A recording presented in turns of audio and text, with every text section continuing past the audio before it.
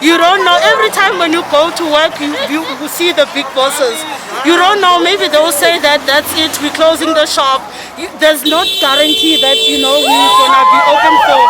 Because we can see that the shop is not making money, but they still have to pay us. So yeah. So do you have that fear that you might lose your job? Yes. How has it affected you personally? What is the challenges that you have faced during the lockdown because of the restrictions? Well, since the lockdown started, I can't pay rent, because that's the most important thing. I can't pay rent, and I'm constantly fighting with my landlord, to see what we can do, going forward. And then secondly, food, because we have to eat, we have to survive, and because we're not making money, and so it's really impacting my livelihood as a person.